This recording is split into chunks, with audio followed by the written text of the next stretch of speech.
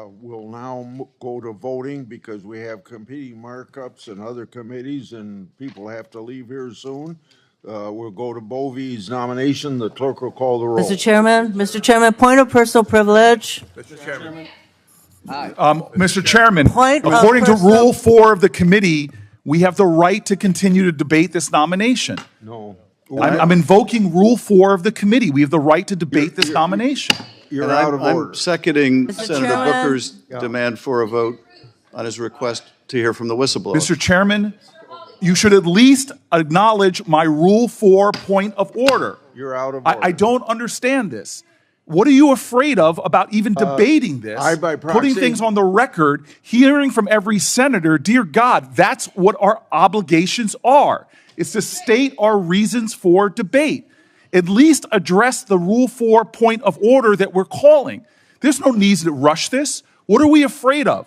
We're not pressing for the 2-hour rule like you all did when you were in the minority. We're simply asking for a credible amount of time to air our concerns before the vote.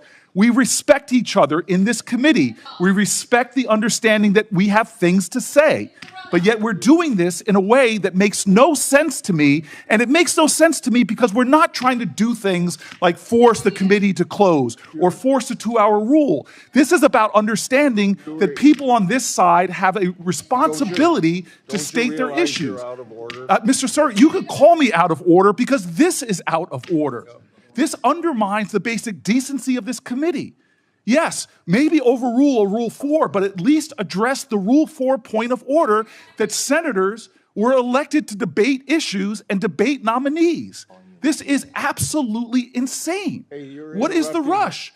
Sir, I am interrupting because you're interrupting a regular point of order. At least address my point of order. I have the right to do that by the rules of this committee. If you want to overrule the rules of committee, then do so. But this is not in any way in order. You are obligated to address a point of order according to the rules of this committee. You could overrule me by a Senate vote. You're violating your own rules. The parliamentarian has been clear about this. The parliamentarian has been clear. You could overrule the point of order I'm doing, but you have to follow the precedents and procedures of this committee. This is outrageous that you're not allowing senators to have their fair say before a controversial nominee is being done.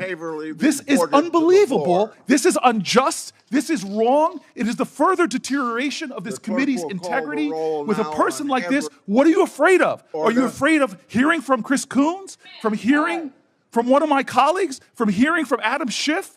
What is the fear here? Have at least the decency to have a vote on my point of order regarding Rule 4. I have respect for you, Mr. Chairman. We've served together for more than a decade, but this is outrageous. This is unacceptable. This is wrong. It is wrong. And why? Why? What is the rush to take another half hour to listen to people? What is the rush? What are we afraid of, Mr. Chairman? What are we afraid of? I do not understand why senators can't debate a nominee as we've done when both sides have been in the majority to take the time. What is the thing that you are so afraid of from hearing from my Senate colleagues? This is a violation of the precedents of this committee. We're not trying some stunt here to try to force a 2-hour rule like you all did when you were in the minority. We just want to be heard before a controversial vote. Sir, this is wrong, and you know it. You are a person of integrity. How could you be doing this? At least have a vote on my point of order. Sir, with all appeals to your decency, with all appeals to your integrity, with all appeals to past jurisdiction and past precedent, why are you doing this? This is outrageous. This is a kangaroo court. That's all we have here, This Mr. is Chairman. wrong. To violate your own rules without going by the mandates of the parliamentarian. This is unbelievable. There's a way to do this. If you want to force this through, if you want to ram this through, there's a way to do it in accordance to the rules as spelled out by the parliamentarian. It is simple. It is clear. There's a pathway to achieve what you're trying to achieve. But sir, this lacks decency. It lacks decorum. It shows that you do not want to simply hear from your colleagues. This is by absolutely wrong. And sir, this is to me one of those moments where we are not showing common respect for each other on both sides. I have sat here when we were in the majority and listened to my colleagues' arguments, listened to their passionate statements, and then we voted. This is not that.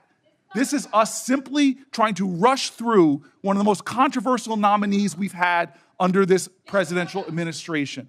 Sir, God bless America. You are a good man. You are a decent man. Why are you doing this? What is Donald Trump saying to you that are making you do something which is violating the decorum of this committee, the rules of this committee, the decency and the respect that we have each other to at least hear each other out? Nomination I've is, sat through so many long will be speeches reported of to my the floor. colleagues, heard their objections, Call the roll on listen Ann Lee, with Gaylord, sincerity to try to Moe. see what their arguments are. But we are not doing that. Sir, this is wrong, and you know it. There are some people on this committee who are the least firebrand people, and they've walked out.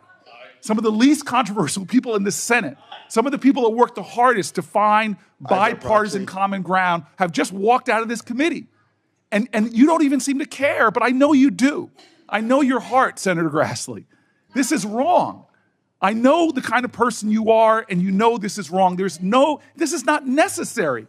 What is another half an hour to allow senators to be heard? It's what the Constitution mandates. It's the ideals of the United States Senate. The world's most deliberative body should take a decent amount of time to deliberate. But here we're not doing that. Here we are jamming this through with some sense of false urgency. It's one thing not to hear from whistleblowers. It's another thing not to hold another hearing. Gaylord, Moe But to not will be even allow my colleagues on a favorable to have their vote. moment to Now we speak go against to this justice, Jordan Pratt. it's just wrong. And I know you know this. I know you know this.